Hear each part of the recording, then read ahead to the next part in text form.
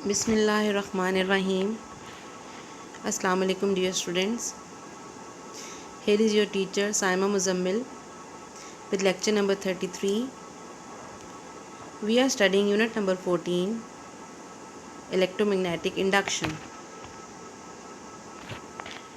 The content of today's lesson are: we will first read about mutually induced EMF, mutual inductance, eddy currents, AC generators. We will have a brief introduction of AC generators, and in the end you will get your home assignment. Let's start with mutually induced electromotive force. You are already familiar with self-induction and you have read about induction, what is induction, what is an inductor in your last lecture. Today we are going to study about mutual induction. What is mutually induced EMF?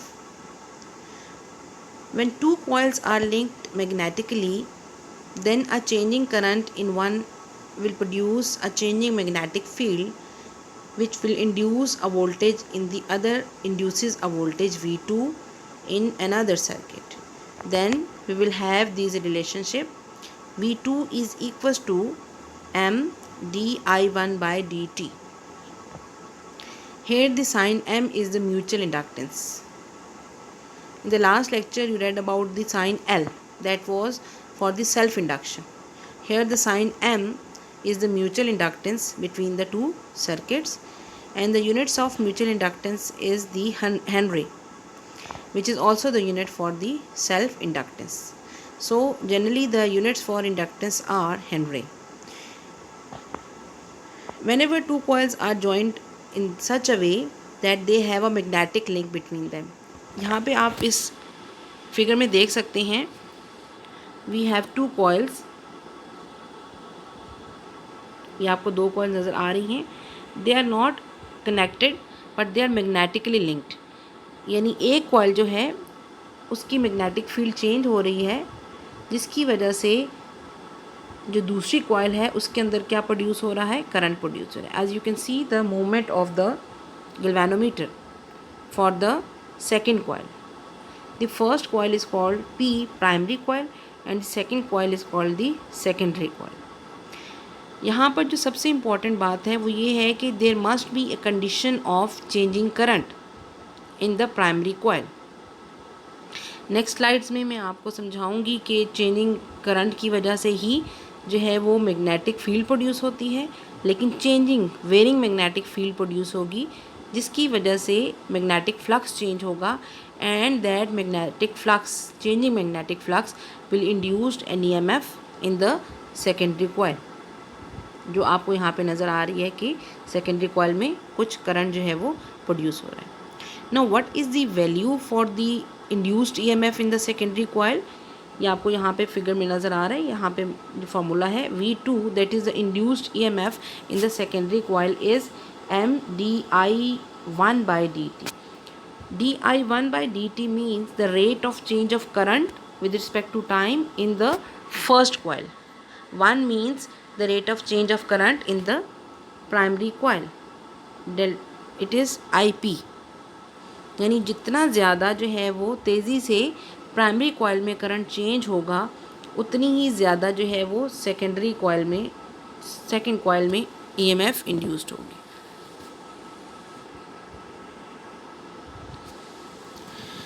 Basically these are two loosely coupled coils. आप देख सकते हैं जो कि आपस में जो है वो मैग्नेटिकली लिंक्ड हैं. The coupling between the coils can be increased by wrapping the two coils around a core. अगर आपने इनकी कपलिंग को मज़ीद इन्हांस करना है ताकि इंड्यूस्ड EMF जो है वो मज़ीद बढ़े, उसमें इंक्रीज़ आए, so you have a coil around a core. As you can see here it is a ferromagnetic core. आपको नज़र आ रही है ये एक फेरोमैग्नेटिक कोर है. The fraction of the magnetic field that is coupled is referred to as the coupling coefficient. So coupling coefficient जो है वो important है यहाँ पे आपके लिए समझना कि इनकी जो मैग्नेटिकली लिंक्ड फील्ड है वो किससे हम डिटर्मिन करते हैं, बाय दी कपलिंग कोफिशिएंट. सो अगर हमने मैग्नेटिक फील्ड को जो फ्लक्स को हमने जो है वो ज़्यादा स्ट्रॉन्गली एक दूसरे के साथ जो है वो लिंक करना है, we must use some coupling coefficient और सब coupling material. Here it is a ferromagnetic core जो आपको इस फिगर में नज़र आ रही है।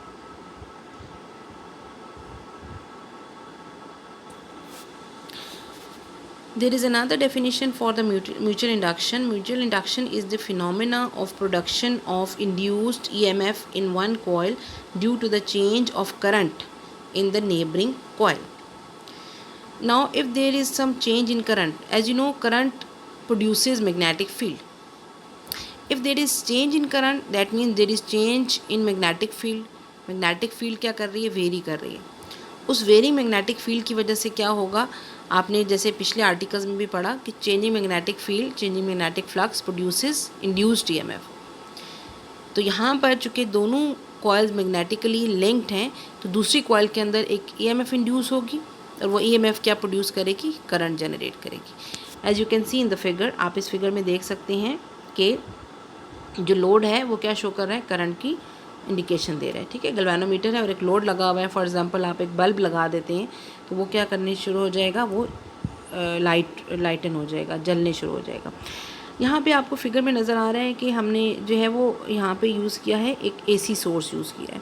ठीक है, यानी हम करंट को चेंज करने जा रहे हैं। करंट को चेंज कैसे करने जा रहे हैं? We are using alternating current. और ऑल्टरनेटिंग करंट क्या होता है? विच ऑलवेज और all the time changes its direction as well as its magnitude. तो आप जो है वो इस तरह से भी चेंजिंग करंट प्रोड्यूस कर सकते हैं। If two coils are placed near each other in the same plane, ये मस्ट है, a changing current in one coil will induced an EMF in the other coil. ये आप देख सकते हैं दूसरी फिगर में। So according to Faraday's law, हम फैराडेज लॉ यहाँ अप्लाई करेंगे। The EMF induced E2 in the second coil is proportional to the rate of change of the magnetic flux passing through the second coil. इसका मतलब ये है कि second coil के अंदर जो भी इंडक्शन हो रही है वो टोटली 100% डिपेंडेंट है जो प्राइमरी कॉइल में से करंट पास हो रहा है उसके ऊपर डिपेंडेंट है। सो हम जब मैथमेटिकल फार्मूला डिराइव करने जाएंगे म्यूचुअल इंडक्टेंस का, हम देखेंगे कि इसकी डिपेंडेंस किन किन फैक्टर्स पर है। It is the phenomena in which a change of current, I am going to repeat again and again ताकि आपको ये अच्छे तरीके से समझ आ जाए। Of the current in one coil causes an induced EMF in another coil placed near to the first coil. Now the coil in which current is change is called the primary. जैसे मैंने आपको पहले बताया, it is called primary coil जिसमें current change हो रहा है। And the coil in which EMF is induced is called the secondary coil. So आपको ये प्राइमरी और सेकेंडरी का कॉन्सेप्ट जो है बहुत अच्छे तरीके से आना चाहिए। प्राइमरी कॉइल वो कॉइल होती है जिसके अंदर करंट चेंज आ रहा होता है, that is called the primary. और जिस कॉइल के अंदर ईएमएफ इंड्यूस्ड हो रही है that will be the secondary coil. Okay, यहाँ इस फिगर में आपको नज़र आ रहा है कि इसके साथ आपने बैटरी कनेक्ट की हुई है। ठीक है, और साथ में एक रजिस्टर लगा हुआ है जो कि इसके जो करंट है उसको वेरी कर रहा है। ठीक है, रजिस्टर की डिफरेंट वैल्यूज़ सेलेक्ट करके आप करंट को वेरी कर सकते हैं। सो वेरिंग करंट यहाँ पे प्रोड्यूस हो रहा है which produce magnetic field, varying magnetic field. और वो क्या कर रही है? इस सेकेंडरी कॉइल के अंदर जो कि बी कॉइल है एक इंड्यूस्ड ईएमएफ प्रोड्यूस कर रही है। यहाँ पे आप देख सकते हैं इस फिगर में आपको क्लियरली नज़र आ रहा होगा कि फ्लक्स कैसे जो है वो एक दूसरे के साथ लिंक कर रहे हैं। We have to consider two coils placed near each other as shown in the figure. You can see in the figure. When current is passed through the primary coil, magnetic flux is produced. This magnetic flux is also linked with the secondary coil. If the current is changed by varying the resistance in the primary coil, the magnetic flux also changes. As this changing flux is linked with the secondary coil, it induces an EMF in it. This phenomena of inducing EMF in a coil by changing current in another coil is known as mutual inductance. आप इस figure में देख सकते हैं कि हमारे पास ये जो है वो सेकेंडरी कॉइल है जिसके साथ गैल्वेनोमीटर कनेक्टेड है जो कि करंट की इंडिकेशन शो करेगा। और यहाँ पर आपने एक रियोस्टेट लगा दिया है जो कि क्या काम करेगा? वेरिएबल रजिस्टर के तौर पे काम करता है और वेरिंग करंट जो है वो प्राइमरी कॉइल को सप्लाई करता है। इस फिगर में आपको बहुत अच्छे तरीके से नज़र आ रहा होगा कि कैसे जो है with the passage of time by supplying the alternating current. As you can see in the figure, आप यहाँ पे देख सकते हैं कि we have an AC power supply. AC power source. ये lamp A all the time on है because current all the time इसमें से पास हो रहा है, लेकिन फ्लक्स जो है वो आप देख रहे हैं कि वेरी कर रहा है, बिकॉज वेरिंग फ्लक्स जो है बहुत इंपॉर्टेंट है म्यूचुअल इंडक्शन के लिए। अगर फ्लक्स वेरी करेगा तो फिर इसमें EMF इंड्यूस्ड होगी, इसकी वजह से एक इंड्यूस्ड करंट जनरेट होगा, और वो करंट जो है वो एक कांस्टेंट वैल्यू नहीं होगी, बल्कि उसकी वैल्यू जो है वो वेरी करेगी। इसीलिए आप देख सकते हैं कि जो लैम्प B है वो बार बार स्विच ऑन एंड ऑफ हो रहा है। ओके, तो ये इंडिकेशन ये कर रहा है कि करंट जो है वो चेंज हो रहा है ऑल द टाइम। और ये जो प्राइमरी कॉइल है इसमें आप देख सकते हैं कि मैग्नेटिक फ्लक्स में किस तरह से चेंज आ रहा है, because we have connected this primary coil to the AC source.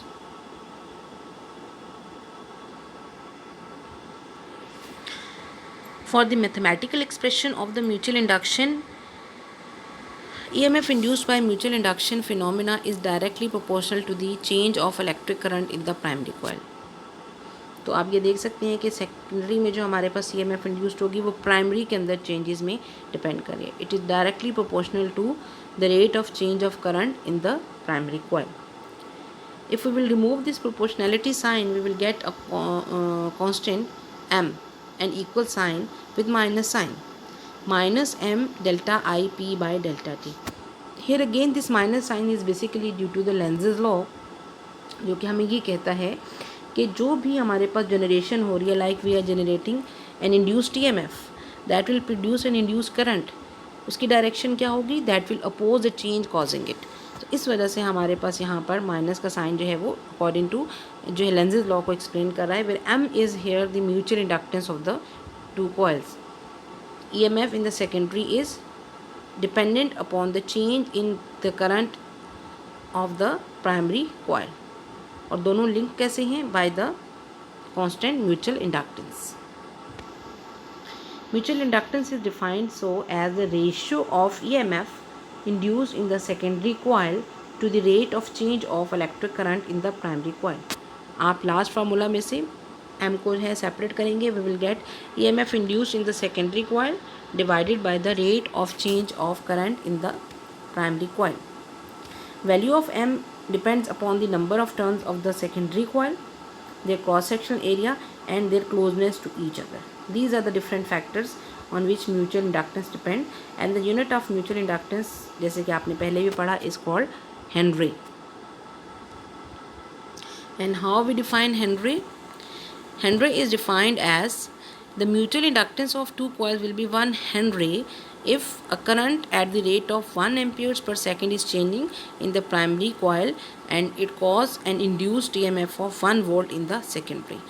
जैसे कि मैं आपको शुरू से बताती आ रही हूँ कि जब भी आपने कोई यूनिट डिफाइन करनी होती है, you must know the formula, and you know the formula for the mutual inductance. It is the ratio of EMF induced in the secondary coil divided by the rate of change of current in the primary. So अब वहाँ से easily इसकी unit define कर सकते हैं that the unit of mutual inductance are 1 Henry if the current is changed at the rate of 1 ampere per second and this change produces an induced EMF of 1 volt in the secondary coil.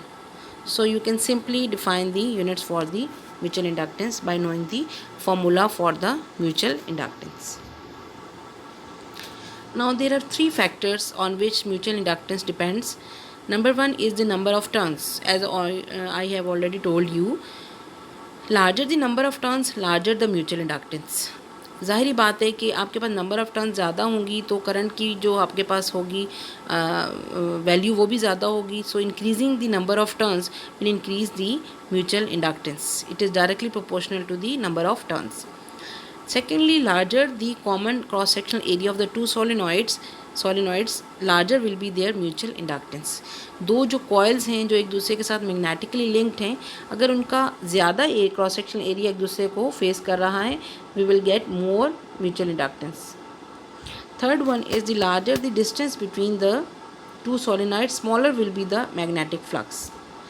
So जो distance है उसके mutual inductance उसके inversely proportional है.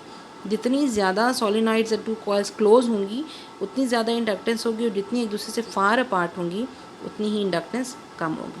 सो larger the distance between the two solenoids, smaller will be the magnetic flux linked with the secondary coil due to the current in the primary coil. Hence smaller will be the value of m.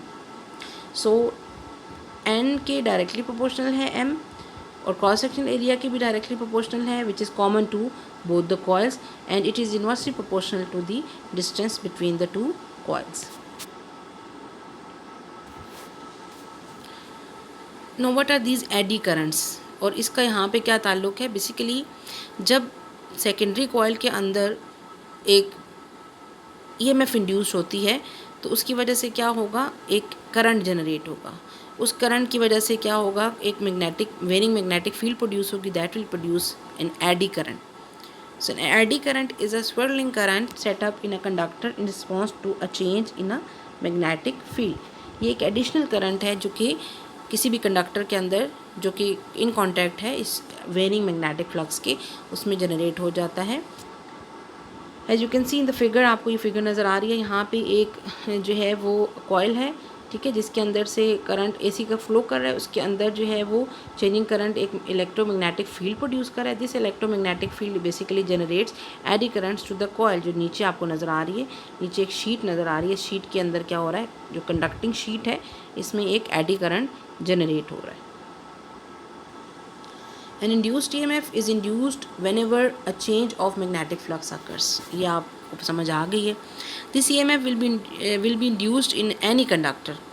ज़रूरी नहीं है कि कुछ जो है कोई coil हो या कोई जो है आपके पास सोलेनॉइड पड़ा हो. It can be produced in any conductor experiencing change of flux, whether it is intended or not.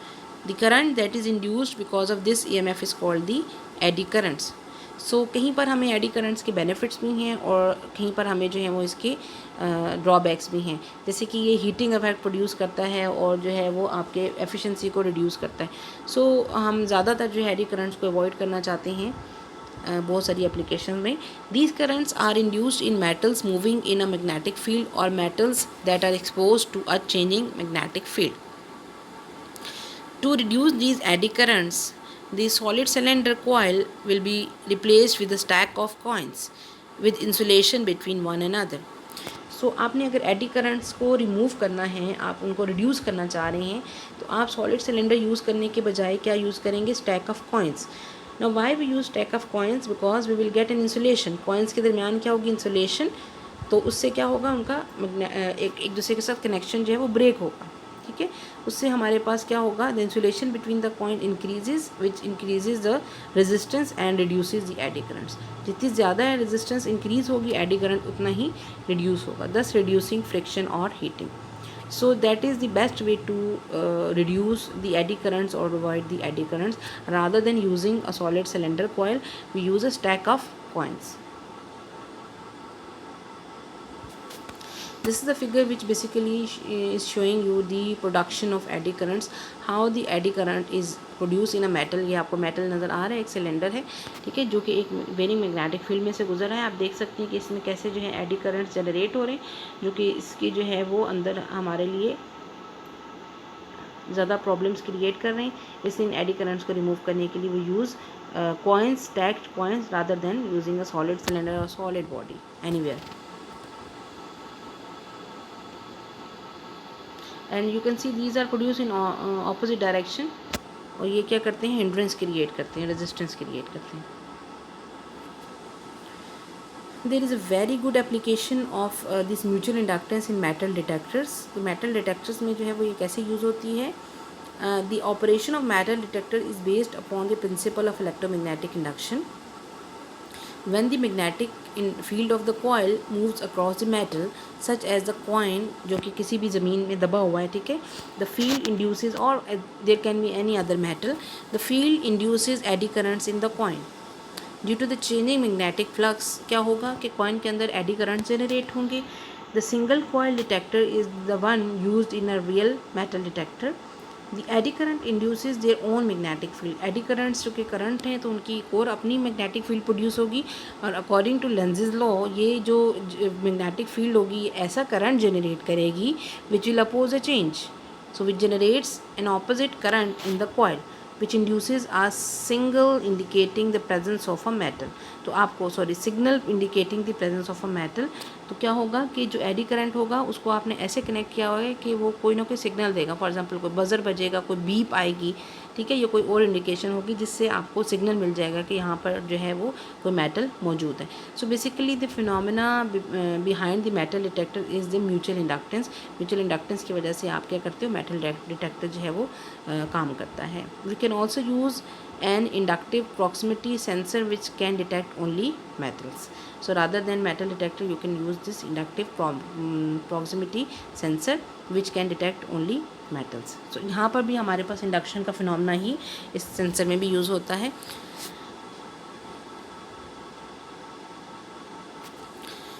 Now there is an introduction. I am giving you only the introduction of another topic that is given in your book, or that is very very important according to board point of view. Board की examination की point of view से बहुत important है AC generator, और ये काफ़ी lengthy article है। सो मैंने इस लेक्चर में उसका सिर्फ इंट्रोडक्शन जो है आपको इंट्रोड्यूस कराने की कोशिश की है। इंशाल्लाह in the next lecture we will read this article AC generator in detail considering all the equations and all the figures, and its figure is very very important. मैं इंशाल्लाह आपको जो है एनिमेशन के साथ वो फिगर दिखाऊंगी। Now what is an AC generator, होता क्या है, क्या मतलब है, और क्या क्या इसके अंदर जो है पार्ट्स क्या हैं इसके, और ये किस प्रिंसिपल पे काम करता है, we are going to read it today. AC generator, as a name indicates, means alternating current. A for alternating, C for current. Generator, it is a device which is used to convert mechanical energy into electrical energy. अब ये बहुत important है कि जो AC generator है वो mechanical energy को electrical energy में कन्वर्ट करें। Now what is the mechanical energy? Basically you are moving the coil. एक कॉइल है जिसको आप एक जो है वो मूव कर रहे हैं मैग्नेट कुछ पोल्स हैं उनके इन बिटवीन आप एक कॉइल को मूव करेंगे, जिसकी वजह से क्या होगा, उसमें करंट जनरेट होगा। एसी जनरेटर आप लोग अक्सर जो है we have a load shedding problem in our houses. हम जो अपने घरों में जो है वो लोड शेडिंग की प्रॉब्लम है, तो बहुत सारे लोगों ने जनरेटर्स रखे होते हैं, और वो क्या पर्पस कर रहे होते हैं, पर्पस फुलफिल कर रहे होते हैं कि आपकी मैकेनिकल एनर्जी को, यानी आप उसके अंदर जो है फॉर एग्जांपल उनको आप गैस से कनेक्ट करते हो, आप पेट्रोल से कनेक्ट करते हो, वो क्या करता है उसकी मैकेनिकल एनर्जी को उस मैकेनिकल एनर्जी को कन्वर्ट करके आपको इलेक्ट्रिसिटी प्रोवाइड करता है। सो उसका बेसिकली पर्पस क्या है, to convert the mechanical energy into electrical energy. AC generator forces electrical current to flow through an external circuit. The source of mechanical energy may be a reciprocating or turbine steam engine, water falling through the turbine or water wheel. These are different mechanisms. An internal combustion engine or a wind turbine, a hand crank और compressed air और any other source of mechanical energy. तो हमारे घरों में जो इस्तेमाल होता है उसको मैंने आपको बता दिया, what can be the source of this mechanical energy. Now what is the principle behind the working of AC generator? As we are reading about the magnetic flux, magnetic induction, so यहाँ पर भी जो principle involved है वो क्या है, the principle of electromagnetic induction. It is the working of AC generators is based on the principle of electromagnetic induction. Whenever amount of magnetic flux linked with the coil changes, an EMF is induced in the coil. The direction of the current induced is given by the Fleming's right hand rule, and we are already familiar with Fleming's right hand rule. We are already read about the Fleming's right hand rule. So हमने जो current की direction, induce current की direction मालूम करनी होगी, we can find it out by the Fleming's right hand rule. This is the circuit diagram for the AC generator. As you can see in this figure, आप इस figure में देख सकते हैं, we have two magnets that are permanent magnets. It's the north pole horseshoe magnet है, और यहाँ पे साउथ पोल है, और इसके दरमियान आपने क्या किया है, you are using a coil. ये आपको कॉयल नज़र आ रही है, ठीक है, आपने एक रेक्टेंगुलर कॉयल प्लेस कर दी है, और इसके साथ दो ब्रशेज़ लगे हुए हैं B1 एंड B2। इसकी अब डिफरेंट पर्पसेज हैं, वो हम नेक्स्ट जो है लेक्चर में डिस्कस करेंगे। These are two carbon brushes and it is a rectangular coil. As you can see, its ends are A, B, C and D.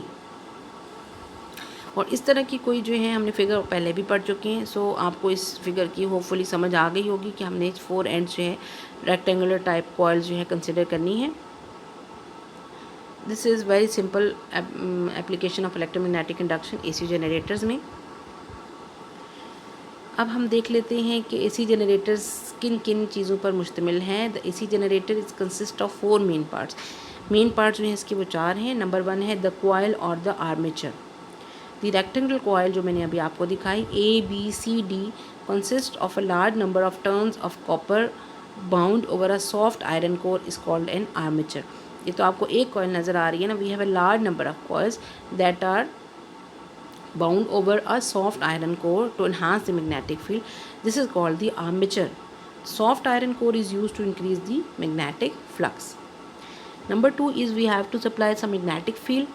It is usually a permanent sponge magnet having concave poles.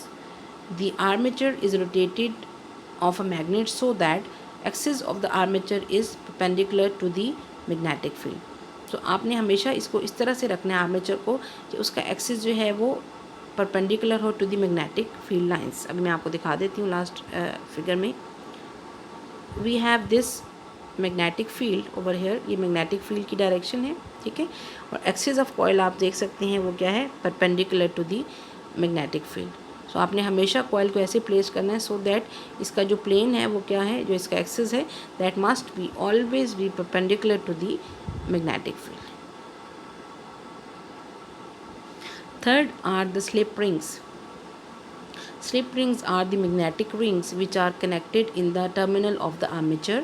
These rings are rotated with the coil and these are used to draw the current from the generator.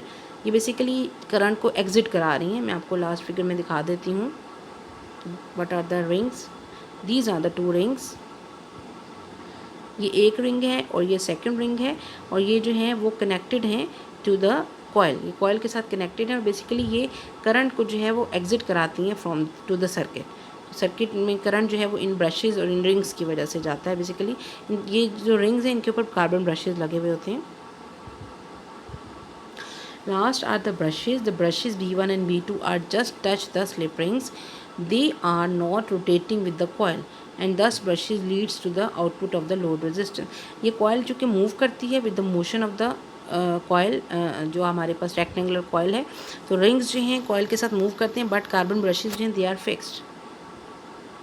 ये आप यहाँ देख सकते हैं this carbon brushes B1 and B2 ये जो हैं fixed हैं, लेकिन ये जो रिंग्स हैं ये कॉइल के साथ अटैच्ड हैं और वो कॉइल के साथ साथ जो कॉइल रोटेट करती है मैकेनिकल वर्क परफॉर्म होता है, कॉइल रोटेट करती है तो ये जो रिंग्स हैं ये भी रोटेट करते हैं but the carbon brushes are fixed.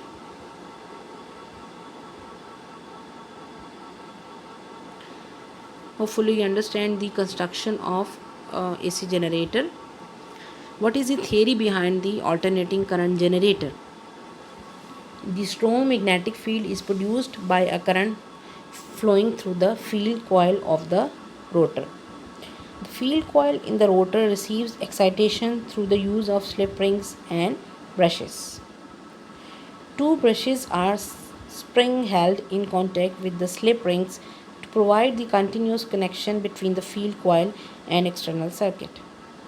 The armature is contained within the windings of the stator and is connected to the output.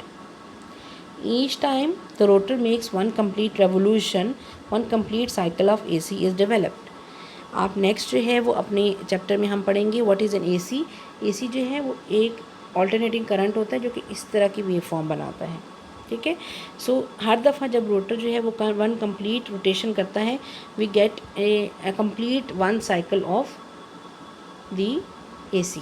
One cycle कहाँ से लेकर कहाँ तक कंप्लीट होगा, यहाँ जाके कंप्लीट होगा। So we get one cycle of the alternating current. A generator has many turns of wire wound into the slots of the rotor. The magnitude of AC voltage generated by an AC generator is dependent on the field strength and speed of the rotor. So what are the factors that are controlling the alternating current voltage which is generated by the AC generator? These are the field strength, यानी जो आप magnet use कर रहे हैं उसकी field strength आप कैसे बढ़ा सकते हैं, and second is the speed of the rotor, that is how speedly you move the coil, यानी उसकी स्पीड कितनी ज़्यादा है उस पर डिपेंड करता है कि AC की वोल्टेज जो है वो AC वोल्टेज कितनी, उसका मैग्नीट्यूड कितना होगा। Most generators are operated at a constant speed, therefore the generated voltage depends on field excitation और the field strength. These are the factors that control the generation of alternating current voltage. Now in the next lecture inshallah we will read about the construction. Again we will read about the construction and we will have a recap of all this. But यहाँ तक आपको hopefully ये समझ आ गया होगा कि alternating current generator basically है क्या, कि मैकेनिकल एनर्जी को इलेक्ट्रिकल एनर्जी में कन्वर्ट कर रहा है, उसके 4 पार्ट्स हैं और उसके बाद उसकी थियरी क्या इन्वॉल्व है इसमें, बेसिकली फिनोमेना क्या है, प्रिंसिपल क्या है जिस पे ये काम करता है. तो होपफुली आपने ये समझ लिया होगा. Now in the end you will have home assignment. What is your home assignment? As always you have to learn the topics. Do example 14.1, 14.2, 14.3 on your rough registers and do exercise numericals 1, 2, 3 and 4. And again you have to watch these YouTube links to have a clear concept of the articles we read today. Hopefully you understand the lecture. Have a nice day and Allah Hafiz.